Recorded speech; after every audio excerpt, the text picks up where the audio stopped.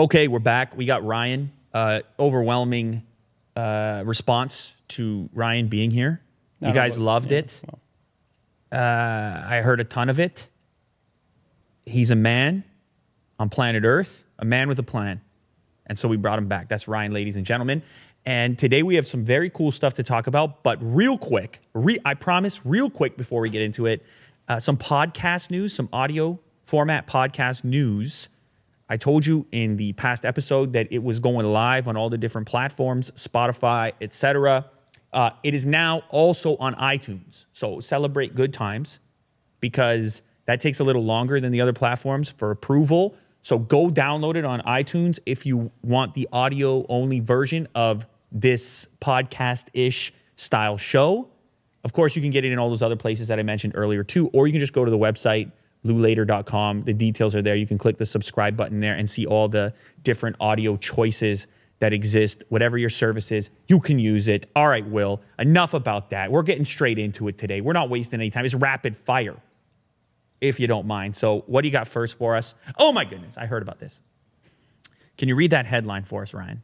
Yeah. Samsung exploded Galaxy S10 5G caused by external impact. Oh, man. The exploding phone story, it never dies.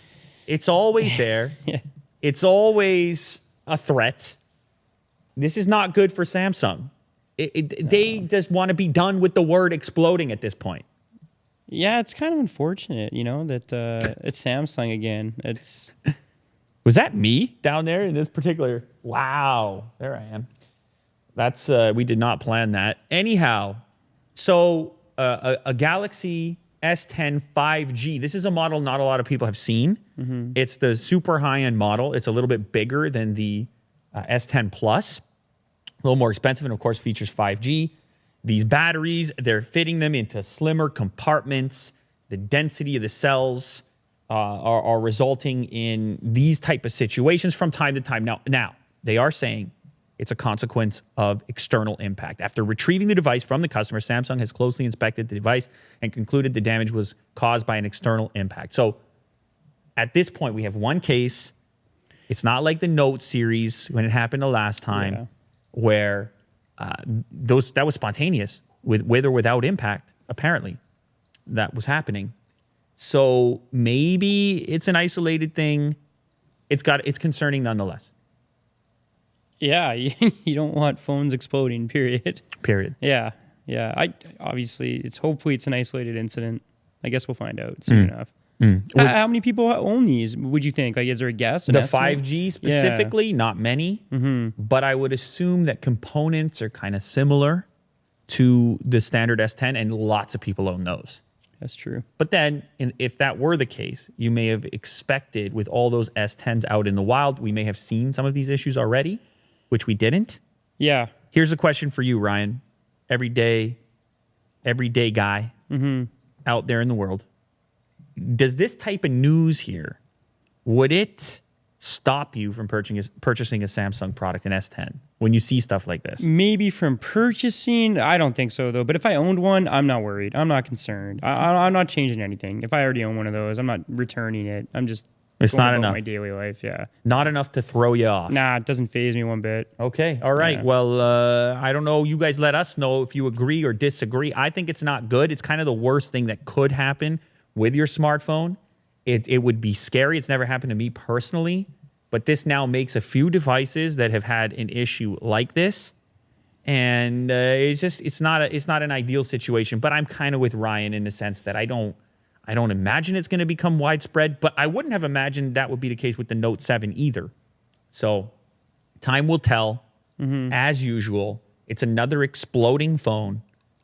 This one was not caught on camera, the latest one, S10 5G. Side note, I'd like to check out the S10 5G. So Samsung, let's get it figured out. You hit up Willie Do. It's a giant 6.7-inch screen on this particular model, but the phone is very slim. And at a certain point, Ryan, customers, they want it all. Slim design. Yeah. Batteries that last forever. Never explode. Durability. No notch. No notch. Yeah. They want it all. Are customers asking too much, Ryan?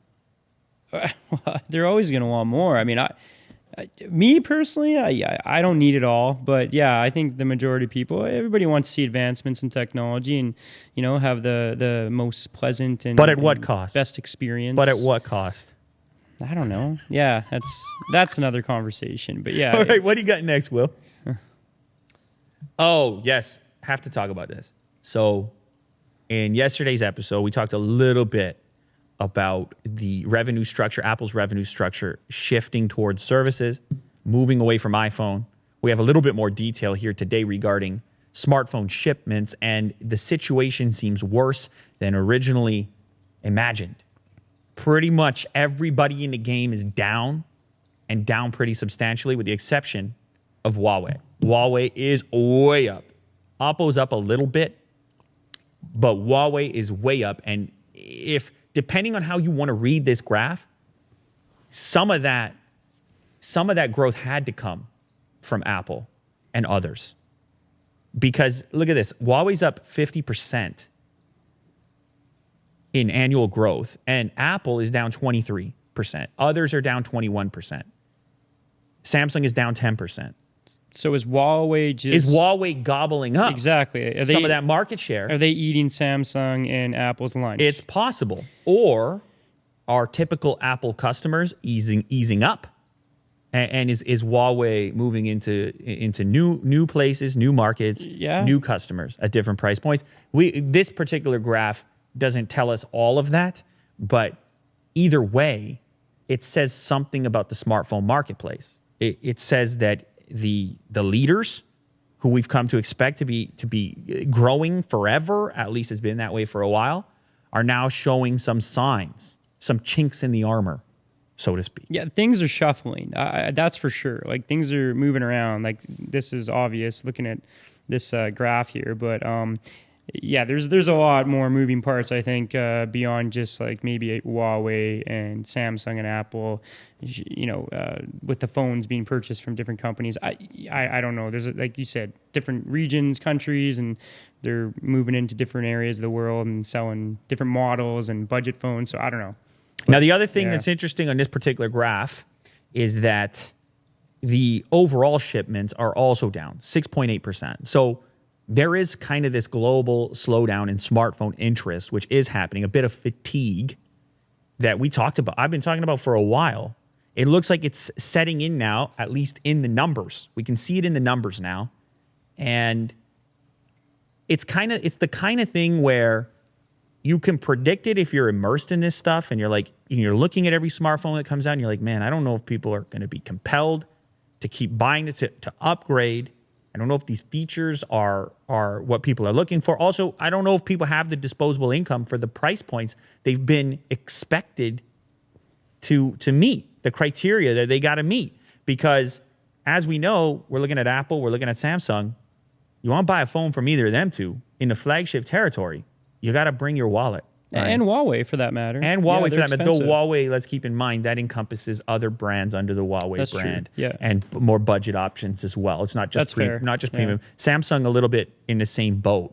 Apple, it's all premium, right? So that's possibly why they've been hit the most. Now, another thing I should mention while on this topic, because I know a lot of Apple people, analysts, and so on, they sometimes look at a chart like this and misconstrue the point that I'm trying to get across, or possibly these researchers are trying to get across. This specifically is in relationship to smartphone units, right? This has nothing to do with profit, because that analysis is always skews differently, because Apple, with that high price point, that premium product, is typically experiencing higher margins than a company like Samsung and others. They've figured out supply chain and they make tons of money, but everyone knows that, billions and billions of dollars.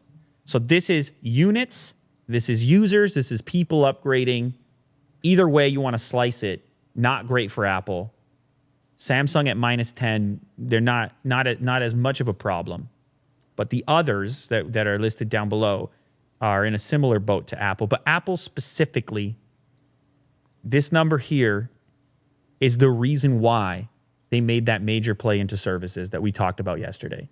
that they have to change as a company because the thing that they're currently selling, not that they're going to be dead, not that they're going to be gone, not that there's not a market for it, but the growth they've experienced in that product category appears to be less sustainable or not completely sustainable forever.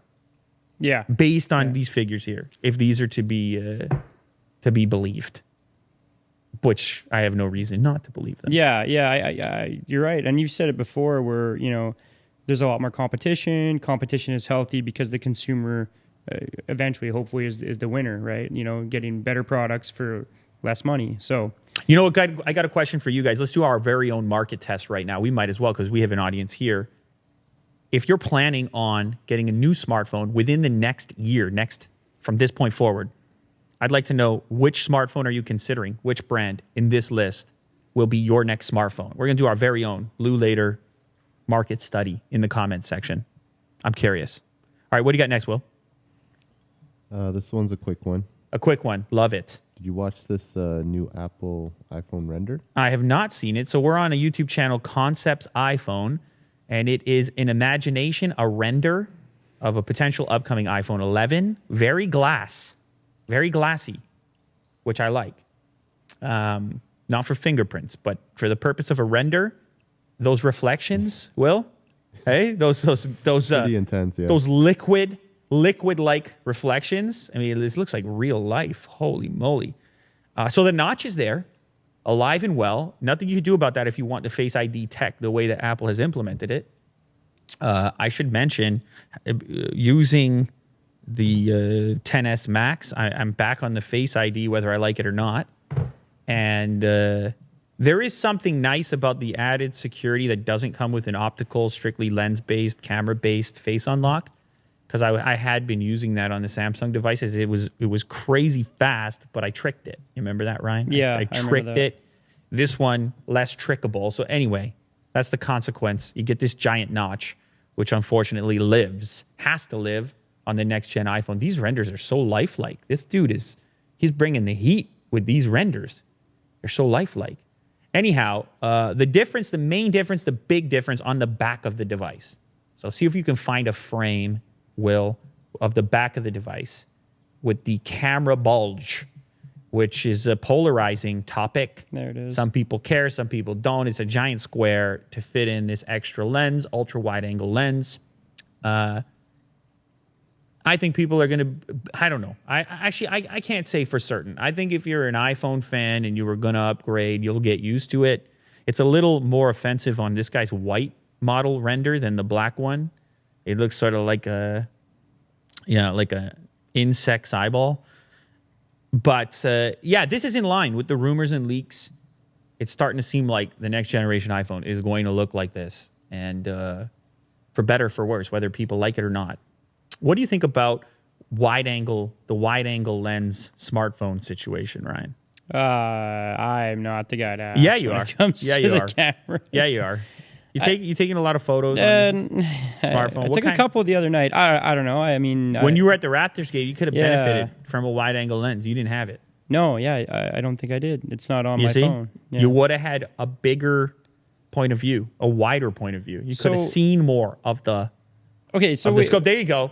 Willie Doo's showing you how your photo would have been different if you had a wide angle lens. It's a cool option, especially for a lot of people that have smartphones. They're into photography. I mean, just because it's readily available on a phone. You got the cameras. A lot of them have 3 cameras now, right? 3, I think, out of the newer phones. 3. And so not including the front-facing cameras. Are other more of those too? I probably should know this, but are other phones, or do they include a wide lens camera like Samsung? Yeah, that's what Samsung implemented in the S10. The Huawei devices have it. Like Will's showing off here, not in that frame, but that kind of gives you an idea. These are wide angle lens adapters that he's showcasing. So this is a thing that you fit onto your current iPhone lens to try to create a wide angle effect. But no one's carrying those around. Not many people are carrying those around. It's not nearly as convenient as having it baked in. But what it allows you to do, if you're taking a photo, that's a good example. Like if you're taking a photo of an environment, architecture, something like this, or a large group of people in a tight space where you can't back up far enough, you can just fit more in the frame. You can get a better perspective. So for you at the Raptors game, instead of getting some kind of like small window into what it would look like, with a wide lens, you kind of see, it gives you a more of a feeling of what it would be like to be there. Your point of view. I see. So you would see some of like a little bit of the edge over here of the people that would have been next to you, and you would see up a little higher into the rafters. It just helps present the space in a more dynamic fashion. Had I had that option, I probably would have checked it out and taken a couple snapshots. There you go.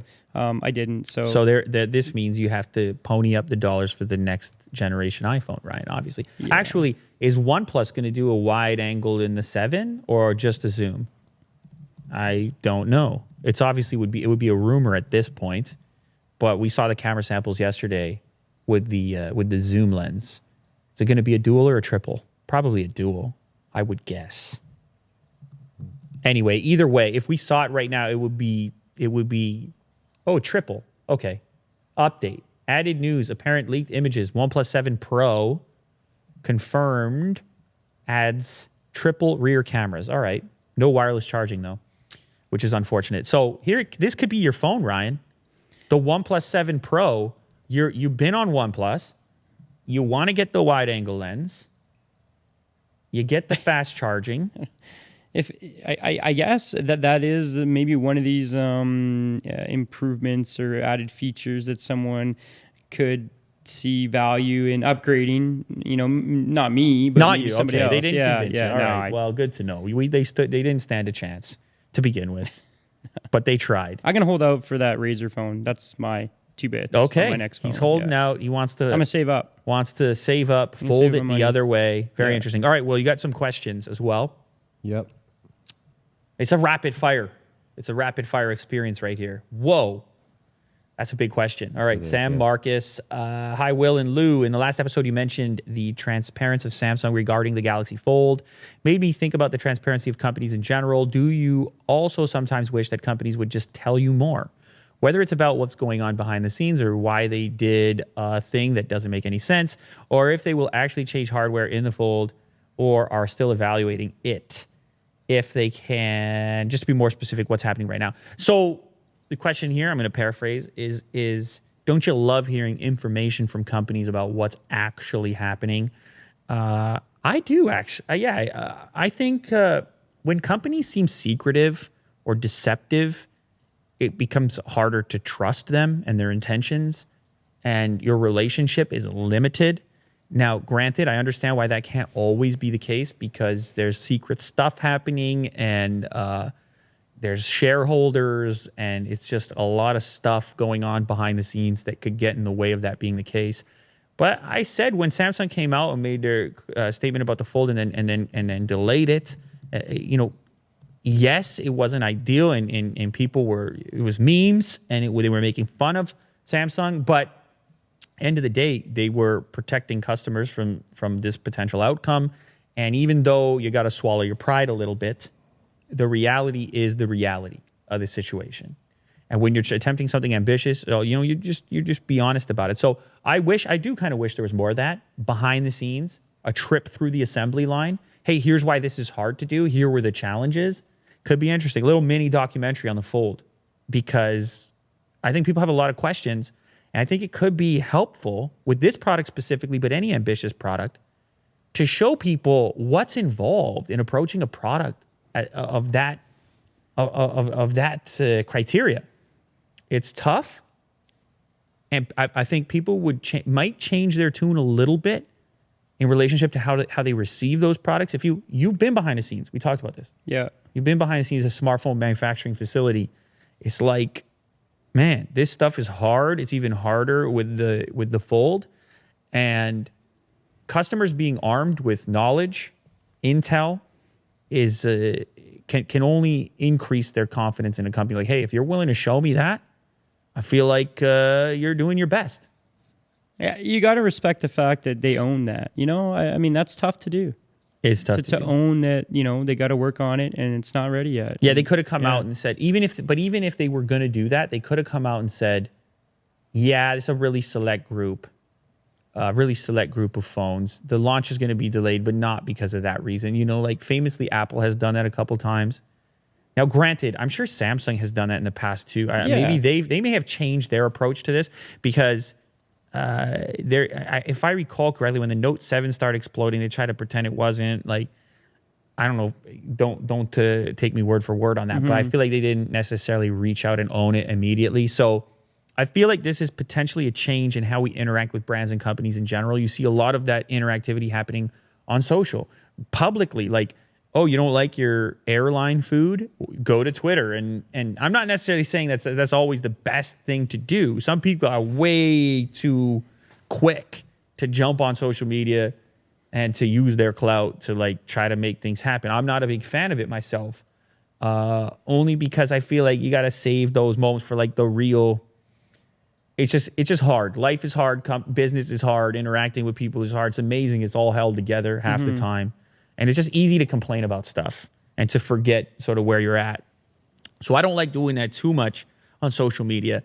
But when brands are proactive about it and they're out there like trying to fix people's problems transparently via social media, I think people really, they get some cred for that. People really appreciate that. Yeah, you get a good feeling as a customer. I don't even really use any Samsung products, and I mean, that says a lot about the company and the direction they're going in. I think so. Anyway, it was a good move for them, I think. Even though you're not a Samsung fanboy, that's basically what you're saying. Yeah, I don't really I don't have any, You got no skin in the game. No, none, no. Zero. No, zero. Okay, what do you got next, Will? Lou, how do you feel about the Marvel movies? Do you rather them or DC movies? And what's your favorite superhero movie? This is funny because we were filming earlier today upstairs on the Unbox Therapy set. And this topic came up, and I think it'll be a funny little take there. Willie Doo was partly responsible. I haven't seen the latest stuff, but somehow Iron Man 2 came up. I have not seen Endgame. What was the one before Endgame? Infinity War or something like that. I haven't seen that either. I don't have as much movie time lately. I'm just gonna be honest about it. I think in general, Marvel, in general, DC. I would say DC. I'm gonna start a war, but I would say DC just because all that Dark Knight stuff, the Christopher Nolan Batman stuff was just ridiculous. Like, I mean, I remember I got that on Blu-ray because I had picked up would it be the PS3, the first PlayStation that had Blu-ray? I think it was a PS3, and I was like, what kind of stuff can I watch on here that would really take advantage of it? And I remember in The Dark Knight, specifically, the early frames in the movie were shot on IMAX and then transcoded to Blu-ray when they're doing the robbery. And it's like a lot of those overhead shots, like helicopter-ish shots and the rooftop or whatever it was. And I'm just like, man, this is just some beautiful cinematography right now. Plus, of course, just the Batman Joker dynamic. Yeah. It's like the Dark Knight. And what was the one after the Dark Knight? Dark Knight Rises? Was it Rises? Yeah, I think that's it. That one was not as good. Yeah. That one was not as good. And then before that, it was Begins. Batman Begins. That was the Nolan setup. Anyway, this one was the best of the bunch. Obviously, I think most people agree with that. But just the dark, sort of gritty Gotham City. I mean, Batman as a superhero that's my go-to. I've said it. I don't know if I've said it on this podcast before, but I grew up on the Michael Keaton Batman. Like, there's probably nothing I watched more. I had a couple VHS and VHS. They don't even know what I'm talking about right now. Tapes, videotapes. And I had Batman, the original, Michael Keaton, directed by, I'm dying right now. Tim Burton, of course. Tim Burton, he took it to another place. He took the superhero thing to another place. So I watched that about 1 billion times. You watch it now, it's a bit hokey. But like, that was my childhood. I can't change my childhood. It was that, and then, of course, it was Batman Returns. Danny DeVito. Penguin. Yeah. Like, I mean, these movies shaped me in a way, those couple of movies. So because of that, I kind of feel like I just got to say DC. I mean, you had Michelle Pfeiffer, Catwoman. Like, this stuff, I probably wore these tapes out. Me and Vin, we probably wore these tapes out. But why does it always have to be one or the other? Like this DC Avengers. It's I don't get that. Can it just be? Can you like them all? Like, why can't you just like them all? They just want to know. I know. People just want to know, man. And I'm coming out. Look, I'm not saying it's right or wrong. Yeah. It's just, that's my life. That's the trajectory it took. So you like DC better? I'll take DC. All right. I'll take DC. But DC has messed up a lot of times too, right? I never saw Justice League. Oh no, Suicide Squad, right? Yeah. I never saw that, and everybody in here tells me that thing is a boatload of. It's a disaster. I saw it. A load of something or other. I'm not going to say. Definitely wasn't the Dark Knight. That's for sure. It definitely wasn't a Dark Knight. So it goes both ways. That's why it's hard to pick one or the other. But I just pick I picked probably my favorite superhero movie, which is The Dark Knight. I see. Okay. And then we're going from there. And Heath Ledger. It's a whole thing, man. We got this upcoming movie with Joaquin Phoenix, and he's gonna try to be the Joker. I don't know if you saw the trailer. No, I haven't. No. So he's gonna try to be the Joker now. Good luck trying to spell that name, by the way, Will. I applaud you for the attempt. Yeah. I applaud you for the attempt. Anyway, they put the trailer out. It's like, I don't even know what this is. Batman even in this movie? Like, what exactly? It's a very creepy trailer. I don't know if you saw it yet, Ryan. Wait, it's called Joker? It's called Joker. Oh, that's cool. I like that. Yeah, he's the main character of the movie. And it's like a gritty taxi driver like story. New York City, picked on. It's an interesting vibe, man. I'll be checking it out. You'll check it out. Yeah. It looks like he lost a lot of weight for the role. It's got a creepy vibe, but I don't know which way they're going to play it. They kind of did this thing in the trailer where they didn't tell you that much, which is an old school trailer concept. You get this feeling nowadays that a lot of trailers give up too much. This one didn't give you much. Like, you're not really sure what's going to happen in the movie when you see the trailer. So we'll see if DC can get back to Dark Knight caliber. It looks kind of cool. This is the first time I've seen this, but it's a different. Jack was telling me that the guy who directed this is a comedy director. Jack, can you hear what I'm saying right now? Yeah. He's the guy. What? Todd Phillips, and he directed. Remind me. He did what's that? Todd Phillips. That Bachelor movie, The Hangovers. He did The Hangover. So The Hangover, funny. old school. So he's just a comedy guy. And here's the crazy part, Ryan. A lot of people say there's a really fine line between comedy and tragedy. It's a fine line whether to cry about something or laugh about it. It can be. And that's sort of where the Joker lives. Yeah. In that mental space. That's true, yeah. You get a guy who's only done comedy to direct a movie that looks like a tragedy, from what I can tell in the trailer. Yeah, I trailer. got the same feeling. Yeah. It don't look like a comedy. It looks dark. Yeah. It looks dark. And so maybe that's the angle. You get the comedy guy to direct it because of that slim difference in life, in film, between comedy and tragedy. The Joker's just cool, though. He's a cool villain. Of course. It's best villain ever. You gotta watch it. So you're on DC as well. So I'm just on the Joker. Well, that's DC. I hate to break it to you there, Ryan. You're in the DC camp. Now you're going to get harassed by the Marvel fans. I feel like it's a trick question, too. You know why, Will? Because the Marvel is so hot right now that I'm going to die no matter what. They're going to come after me no matter what. Right. Because the heat on Marvel right now, it's the whole Twitter feed. Mm-hmm. Endgame. So I'm going to lose no matter what. But, hey, man. What can I do? You haven't seen it. Maybe you'll go watch it and you'll be like, now I'm Endgame. I'm Avengers, yeah. You didn't watch it yet. You can't say that. No, I'm watching it on Friday. Yeah, so that doesn't count. You can't have an opinion on it if you haven't seen it yet. So anyway, there you go. It's been wonderful. It's a rapid fire round, Ryan. I appreciate the back-to-back invites up here. I know that back-to-back invites. That's yeah, right. It's an open invite because the people, they love you. I hope so. In the comments, it's Ryan this, Ryan that. Thanks. Yeah, the Ryan Show. It's what we want. I like being on here. I'm not gonna lie. It's fun. It's a good time. I mean, there's no problems here. Nobody else has invited me on their shows, so Not yet. Well, as long as you stay on Willie Doo's good side, you'll be all set. Thanks, Will. All right. We'll see you on the next one.